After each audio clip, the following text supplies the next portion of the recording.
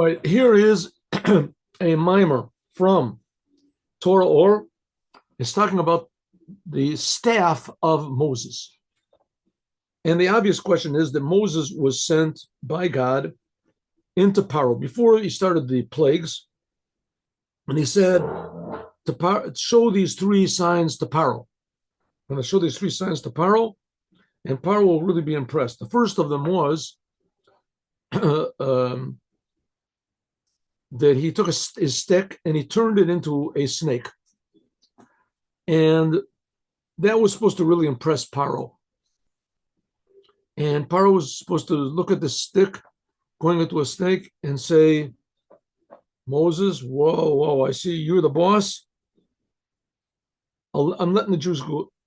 Don't do any more. I'm letting all the Jews go. But what did happen, in fact? Moses went to Paro. He showed him the trick with Aaron.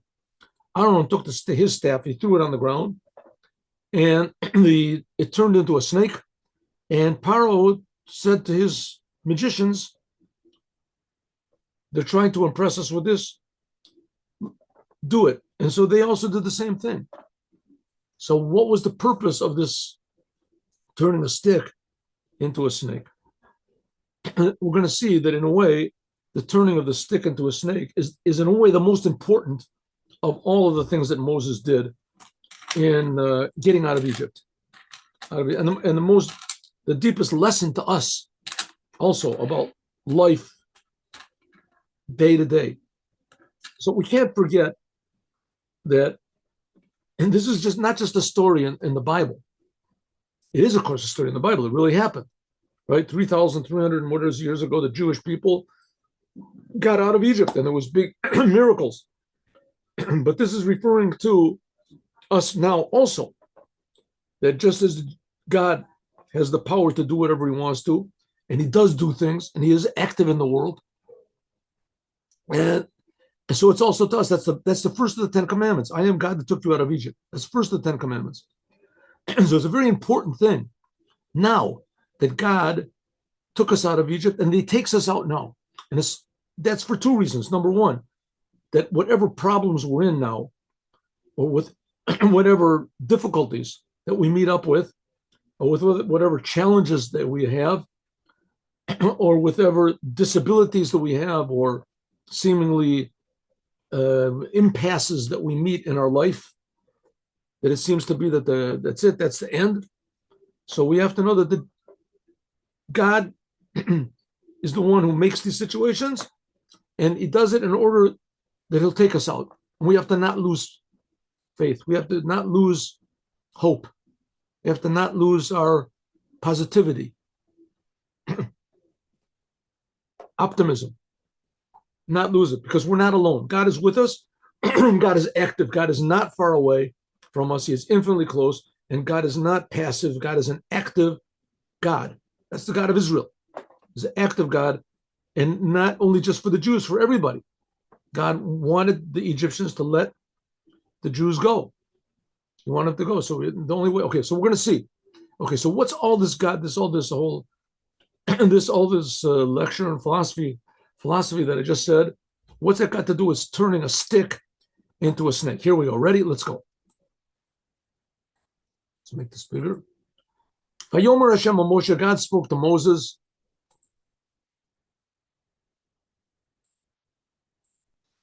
And to Aaron, and he said, go into Paro, kachet matcha, take your staff, heshlich lifnei Paro, throw it in front of Paro, v'yeh tanin, and it'll become a snake, a serpent, whatever, a crocodile, whatever it was, a tanin. And then it says, and they did it, and vayivla mate Aaron et matotom. And then it says that the staff of Aaron swallowed up their staffs, right? That they turned from snakes back to staves. Well, I haven't understand inyan amata. Let's understand this idea of the staff. That it turned into a snake, and afterwards chazer, and it went back. Chazer v'nefach, and came back again to a staff. It says that what happens that the magicians, they threw their sticks down, they become they became snakes, and Aaron's stick turned into a snake, but it turned back into a staff, and as a staff, it swallowed up their snakes. Okay. So, okay, what's the point of the whole thing? In the end, it didn't impress Paro, and it wasn't a plague. And the soothsayers did basically the same thing. So what was Moses trying to show, right, by doing that? What is God trying to show? This is the first of all the plagues. It preceded all the plagues. It was before all the 10 plagues. It is written by Yenatzlu Mitzrayim. It says the Jewish people, when they left Egypt, that they emptied out Egypt. They emptied it out. Omer Zal, the rabbis say, She'asu kamatzula, they made it like a fish pond, she'ein bo dagim. There's no fish in it. She'loktu kolin etzutzot, they took all the sparks of life, of holiness. She'naflu b'shvirot, that fell down in the breaking of the vessels. Alehem, to them. The Jews took it to themselves. Okay, what are these sparks? We'll talk about in a second. V'nisroknu Mitzrayim, and Egypt became empty from them. Ad shenisharu kamatzula, until it became like a fish pond with no fish in it. Below Yeshiru, afilu nitzutz, there wasn't even one spark there at all. What are these sparks? According to Judaism, because God creates the world constantly, because the world is very important to God. The world is infinitely important to God. The world, how we react to the world, and how we act in the world, that gives God pleasure. God gives God pleasure. What is it that gives God pleasure? The fact that there is right and wrong in the world, and what's wrong hides over what's right. What determines what's right and what's wrong? The Torah. The Torah determines what's right and what's wrong. So, for instance, you have food you want to eat, and there's not kosher food in the world, not kosher food, but you want to eat it because you have a desire to eat the not kosher food. If you don't eat the not kosher food, you refrain from even eating it, that breaks the concealment of the world. The world suddenly becomes not so formidable. The purpose of the world is to be there, to be a world, but it's not to draw you into it. You're supposed to treat the world the way God wants you to. When you treat the world the way that God wants you to treat the world, that's called lifting up sparks. According to Kabbalah, there was a whole process by which God created the world. And one of these processes, or the pre-process, the preparations for creating the world, was a stage which is called the breaking of the vessels. This is before there were any sort of spiritual levels. The highest of the spiritual levels is what's called Atzilut. And then there's a dimension below that, which is the world of the souls, that's Bria. And then below that is Yetzirah, that's the world of the angels. But before that, there was all these preparatory levels that are talked about in Kabbalah. What's called before the Tzimtzum, after the Tzimtzum. Anyway, one of these preparatory levels is called Tohu. In Tohu, there's what's called the 10 Sfirot of God, the 10 aspects of God, but there's no harmony between them. And God purposely made it this way so that this world would be there and it would be broken. God broke it. And it says, and the vessels came tumbling down. And these vessels of the world of Tohu, they had a little bit of light on them. And that was the idea, that this little bit of light is holiness. It's good. It's good. But it became broken. It became concealed in the world. So therefore, you have a piece of pork or not kosher food, right? Don't eat it. But there's good things you can do with it. You can feed it to your animals. You can use it as a Jew. A Jew can use it as fertilizer for his fields. Whatever. There's good things you can do, but there's some things you can't do anything with, like idolatry. You can't do anything with idolatry. Nothing with idolatry. But there is everything in the world has a spark in it. That spark is the life of that thing. Let's take another example, a table. A table, before I give you the example of turning from bad, let's say you have a table. A table has use. That use is the spark which is in it.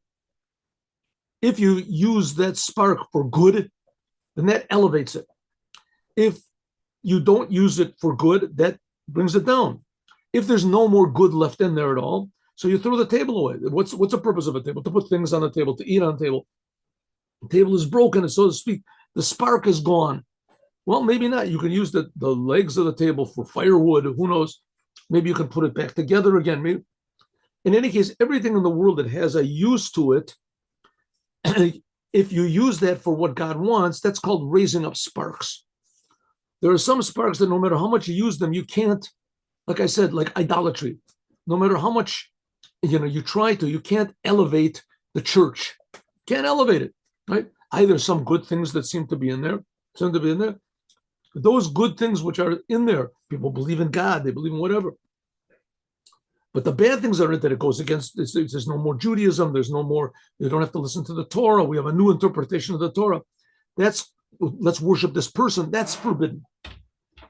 That's forbidden, you can't do that. So that everything in the world has a purpose, has a use to it. That use, if you use it for holiness, then that raises up the sparks. The Torah tells us which sparks you can use and how to use them. Okay.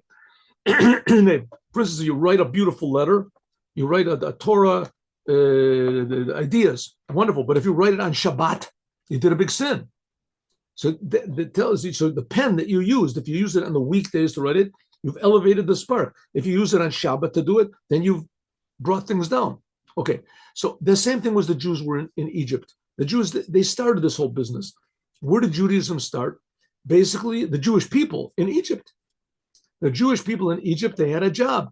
Their job was to utilize what they could in Egypt to serve God and to avoid what they couldn't. So in Egypt, they tried to entice the women to get married to the Egyptians. They refused. They tried to entice the Jews to worship idols. The Jews refused. To that degree, they elevated all the sparks. The fact that they suffered in Egypt and they didn't give up their faith to leave, that's called elevating the sparks. Egypt did not bring them down.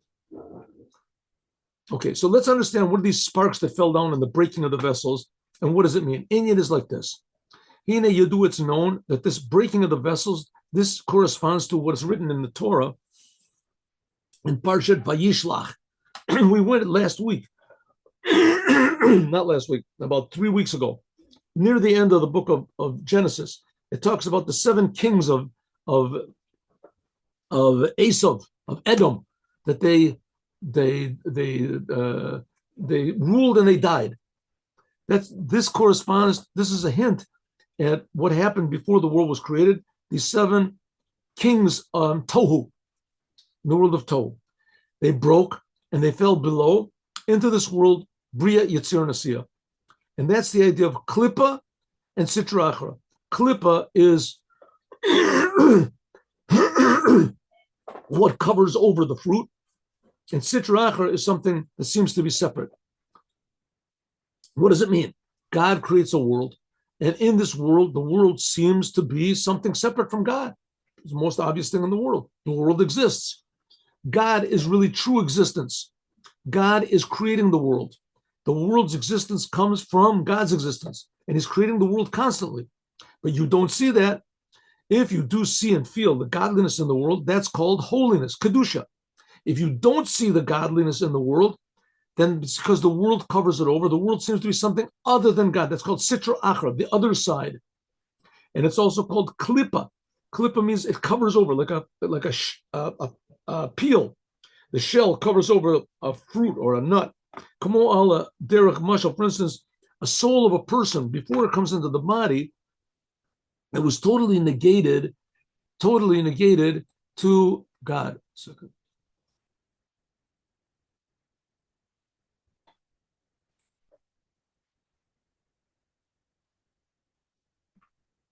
Over here. Oh, here we go.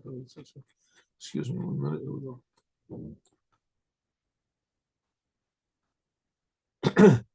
It was totally negated to the oneness of God.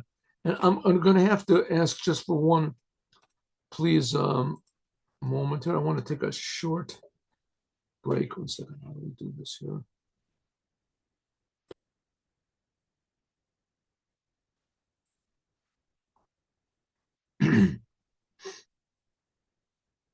Good. So everything there is in the world,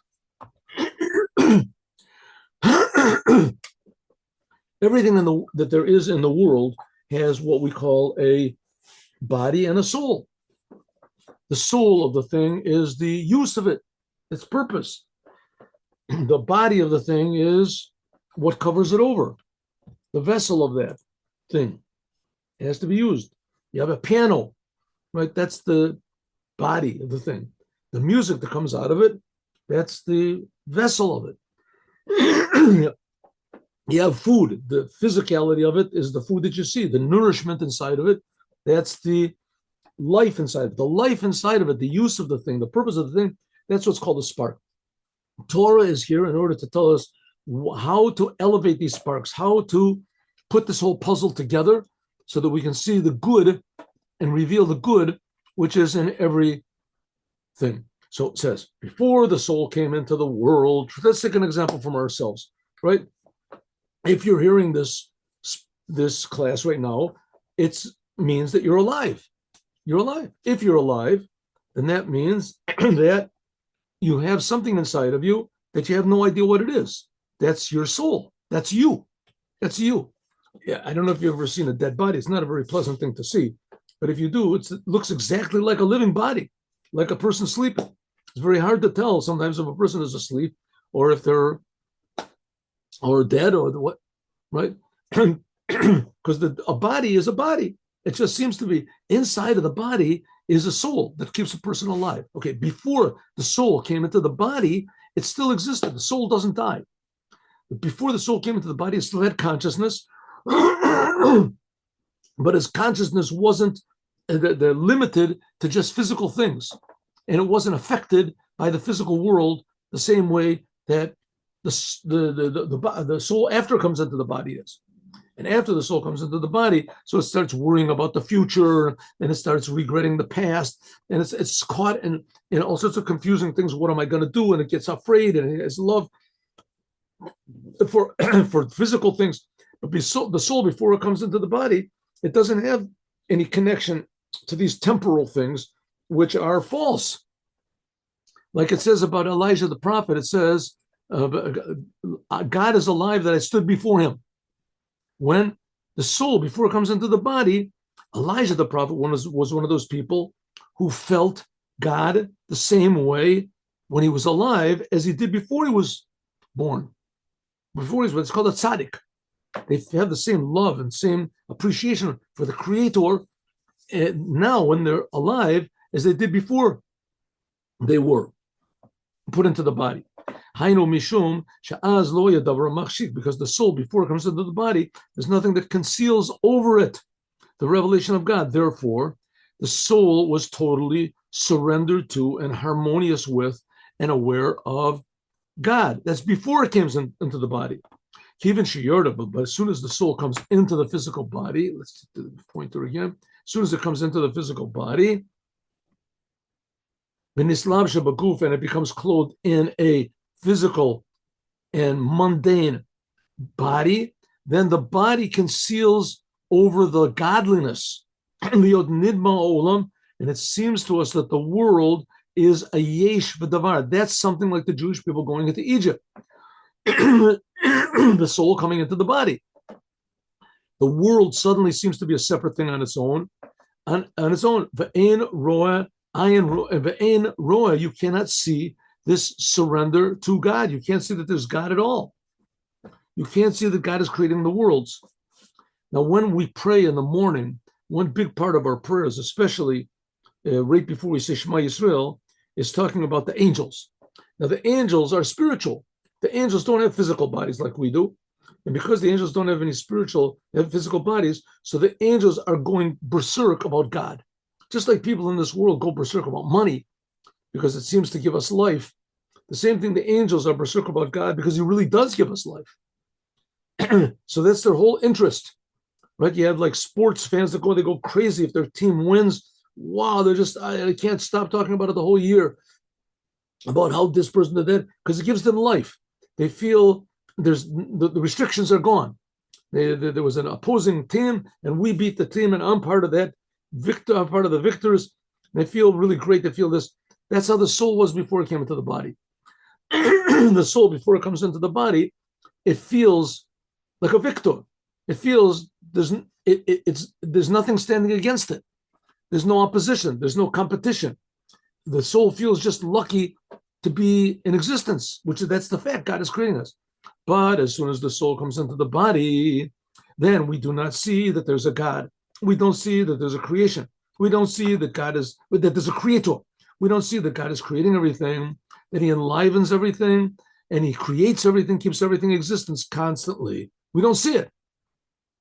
We don't see and we don't feel what a big miracle the world is. Why? Because we don't see that there's a creator. We just take it for granted that the world is all there is. So it is also this idea of the breaking of the vessels.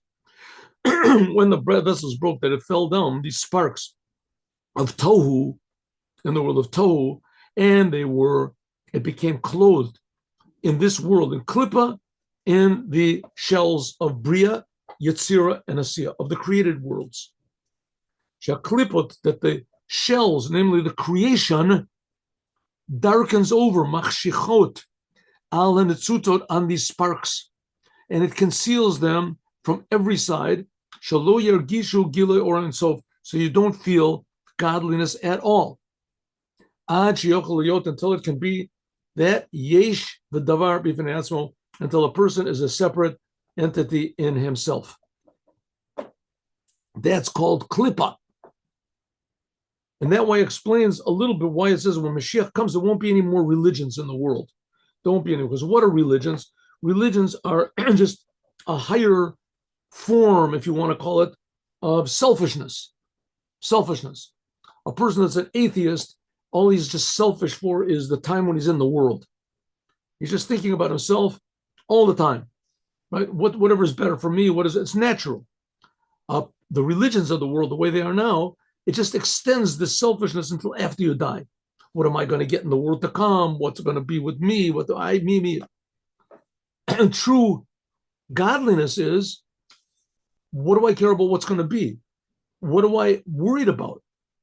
God is creating me right now. You feel God is giving me responsibility. That's why he's creating me. That's what I have to worry about, doing my responsibility. But it's because God gave it to me. So one responsibility, for instance, is to be honest. But what if you be honest means you're going to lose money? It says, my purpose in the world is not to make money. My purpose is to be honest, right? I have an opportunity now to be honest in the face of loss. That's a big profit I'm making. Tremendous profit. I profited honesty. God just tested me to see if I'm going to be honest or not. That's called looking at the world from God's point of view. But when we're put into the world, so we look at the world from our point of view. That's called sitra achra, the other side, or klippa. Like, for instance, Paro said, Li yo'ari v'ani asitini. The source of life, of the livelihood in Egypt, comes from the river, the Nile River. I think that's the way it is now. I mean, I haven't been there, but it says that there's no rain in Egypt. Is that true? Anyway, back then it certainly was. There was no rain in Egypt, and all of the life from Egypt comes from the Nile River. That's all the river. So the Nile River was like a god to them. It was the god. It was their source of light. That's why people worship the sun and these things, because there's a source of life. It's like really, amazing. Without the sun, think what we would be in the sky. Well, without the river, where would they be? So Paro said, the source of life in Egypt is the river, Nile River. You know who made the river? Me. You know who made me? Me. I made myself. Liya Yar says the Yari, the river, my river. It's mine. Vani Isitani, and I made myself. How could a person be so stupid to say a thing like that? Because everybody is stupid like that. Everyone feels that. Everyone feels that I am here because I'm here. Like, that's it. I'm here. How must it be that I created myself? Don't think about that. If there is any creator, then it's me. Rak, the Koralel Elkaya, but Paro and the others, they realize, listen, I mean, come on, that's ridiculous. I mean, so who created my parents? If I created me, I wasn't existent. Who created my parents? I wasn't alive yet. So they say, okay, you know what? I admit there must be some sort of a superior power. There must be some sort of superior power. But this superior power doesn't care about the world. He's called the God of gods. He's called the God of gods. The real gods are the ones that help me, right? Give me good luck. I put a four-leaf clover or whatever it is. I put I bow down to an angel, to a star, to a planet, to a sign, to a statue, to something I bow down to. That's my God. But there's an over God over that. The whole point of it is that you don't, a person being in the world is covered by a shell of creation, and he's covered by an urge to do what the shell says. That's called sitrach, to be separate. To be separate. And Egypt was the king of that. Egypt was the ultimate level of separateness. That all came from what's called the breaking of the vessels. The breaking of the vessels meant there was a break between the creator and the creation. Suddenly it seemed that there's no creator. Where did he go? Even though that before this breaking of the vessels, there were these sparks were there, and they were united with the oneness of God, because then there was revealed the infinite light of the creator in Sof on them in a tremendous revelation. And really, it's the same thing with us now. We're also being created by God. But after what's called the breaking of the vessels in these spiritual worlds, that these sparks came down and they were put into the klippa, into these shells and into this concealment of creation and egotism and separateness and selfishness, and that they cover over the sparks of godliness and they conceal this. Like we said, like the body that covers over and darkens the soul. Therefore, they are not the soul. We are not able to be bittul, surrendered like it was in the beginning. In fact, we think that it's not a good thing to relinquish my egotism. Not good. Until it starts getting in the way, right? You become a bad businessman. You become a bad salesman, right? Somebody says, I don't like your product. You get all angry at them. What you're supposed to do, right? There's a famous book. Read the famous book, Dale Carnegie, How to Win Friends and Influence People. It's talking about refined egotism. Refined egotism. There's also all these philosophies in Greek, the Stoicism and things like that. It's refined egotism, right? What do you get from being angry, right? It just wrecks your life. Don't be angry. You can't be a good salesman. You can't get good angry. It's not talking about serving God. It's talking about how to get the world to serve you. So you simulate the things that if a person would really believe in God, then he wouldn't get angry. So I'll just not get angry. Even though I don't believe in God, I'll not get angry. A person that really believes in God, he wouldn't go running after all of his desires, right? So it comes out that it's suddenly you realize it's beneficial not to go running after all my desires. You go looking all for desires. Eventually you become old. You've got nothing. What have you got, right? You have half-wasted, stale memories. But if you do permanent things, so it's a different standard, right? Being honest, your picture doesn't get put into the newspaper. But on the other hand, you accomplish something real, something lasting. But who cares about that? Who cares about that? When you're in the physical body, you don't feel godliness. You don't feel these eternal things. Therefore, it's called klippa. That's why being in the world is like a big shell. It's just some sort of like a shell which covers over a fruit that's inside of it and conceals it. Like, for instance, a shell which is on a nut, not a walnut. So how are you supposed to get the fruit out of the walnut? How are we supposed to get the soul out of the body, right? So, I mean, one simple way is that when a person dies, that's not good. Dying is not good. Dying is bad, according to all opinions. If Adam wouldn't have eaten from the tree, there wouldn't be any death. Death is a bad thing. Death is an extra thing in the world. It's like a growth on the world. Death. It's not supposed to be. People are supposed to live eternally. That's what it's supposed to be. But we're not. We're in a body, and because of the body, so we cling to the temporal world and we identify with it. So what are you supposed to do? You have to break the fruit. You have to, the only way you can break take the fruit out, you have to break the shell. Break this, like we said before, like it says, break your heart. You have a desire to do something and know that it's wrong, then don't do it. But I really want to do it. I really want to do it. Don't do it. You're breaking my heart. You're driving me crazy. I really want to do this. Right? Somebody cut me off. I really want to beat him up. Right? Here's a good chance to steal money from this. I really want to steal the money. So you break your heart. The same thing is, in order for God to take the Jews out of Egypt, he had to do all these miracles. God had to break the shells of Egypt, Mitzrayim. And this is all the 10 plagues and all these miracles that God did into Egypt, like we're going to learn in a second. Okay, so as you probably know from your own personal life, it's not easy to change bad habits. It's not easy to change bad character traits. Right? People, exactly the opposite. People have bad character traits. You're angry, you're lazy, whatever. So what do? Instead of changing them, you make excuses. You make efforts in your mind. How can I explain away the fact that I'm lazy and the fact that I'm not honest? And how can that I get angry all the time, or that I have, like, I can't hold myself back from my desires that I have? How can I explain it? You figure out some way to explain it. Or you get among a bunch of other people that they have the same problem. So you figure it's normal. It's a natural thing like that. Right? But the fact of the matter is that by putting overemphasis to the shell, to the world, to the physical, overemphasis, as you can't take the good out of it.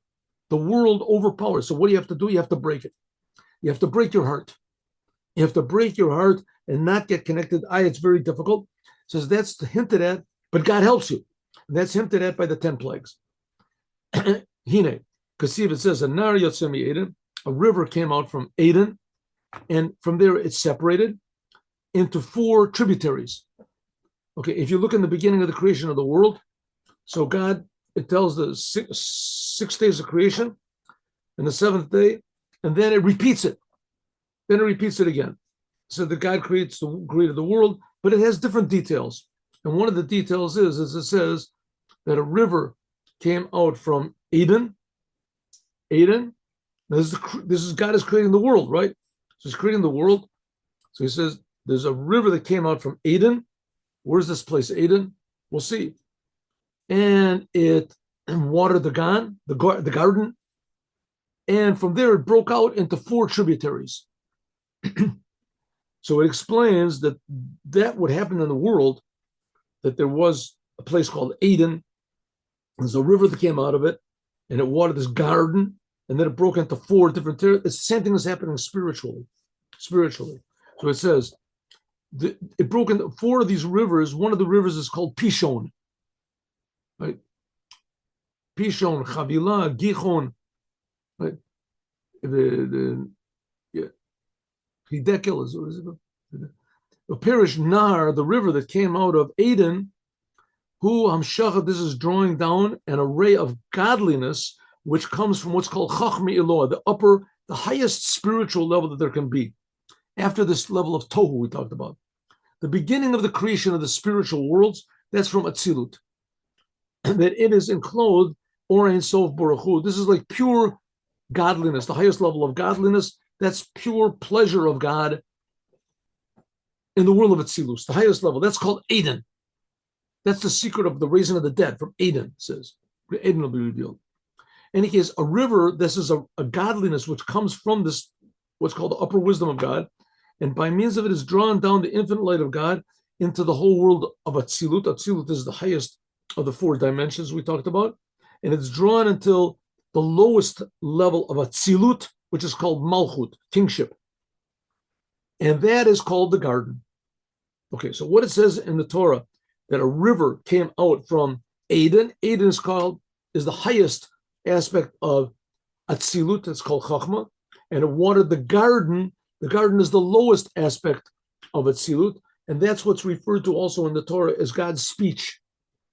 That's what it means, it watered the garden. There in Atzilut, the world of Atzilut, that's pure godliness in the world of Atzilut.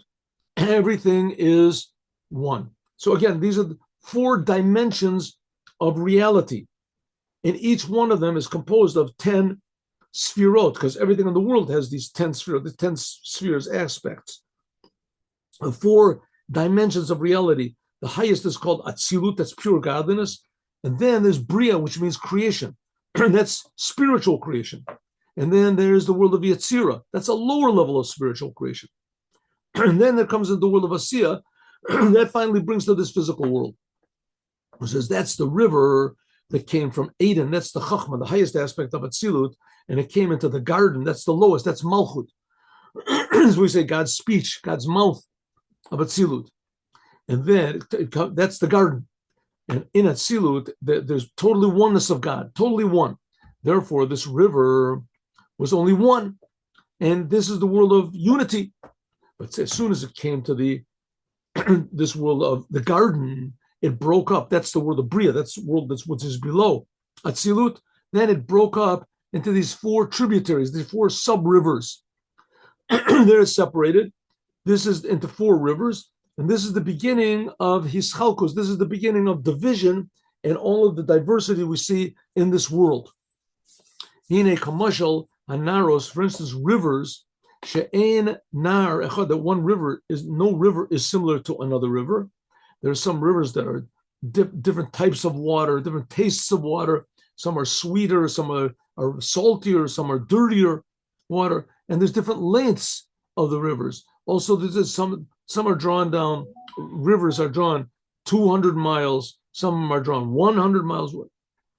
Also, the same thing is not similar, the rivers, these spiritual rivers, which are also, they're not similar to one to the other. Namely, there's Pishon. Pishon is the Nile River. That's the Pishon. That's the Sar, that represents the spiritual power of Egypt. That's where, in this river, now we're talking about the spiritual river. These spiritual rivers correspond to the physical river. So there is a river which is called the Nile River, and they worshipped it because it did have spiritual powers, tremendous spiritual powers. You're not supposed to worship spiritual powers, but nevertheless, it was enticing. So all the Egyptians, they all worshiped the Nile River because it had tremendous spiritual powers. What are the tremendous spiritual powers? All these sparks of holiness that fell from the breaking of the vessels, a tremendous number of them fell into the sparks. This is many, many sparks. They fell from the world of Tohu more than fell in, for instance, the exile of Babylon. There's the river over the Naharos Babel. This is the river of Babel and the others. Okay, so now we can understand the miracles that God did to Egypt. And that's why it says that the miracles that God did to Egypt, it says, God did the miracles in Egypt, Yadu Mitzrayim, so that Egypt would know that I am God. What does it mean? I will know. Means that Egypt will know that I am God. The word Yadu also means to be broken. Egypt is like klippa. Egypt is like the shell that covers over the fruit. Egypt is basically this physical world. This physical world covers over the godliness which is in the world. Therefore, this has to be broken. What does it mean broken? Now, the future redemption is not going to be exactly like going out of Egypt.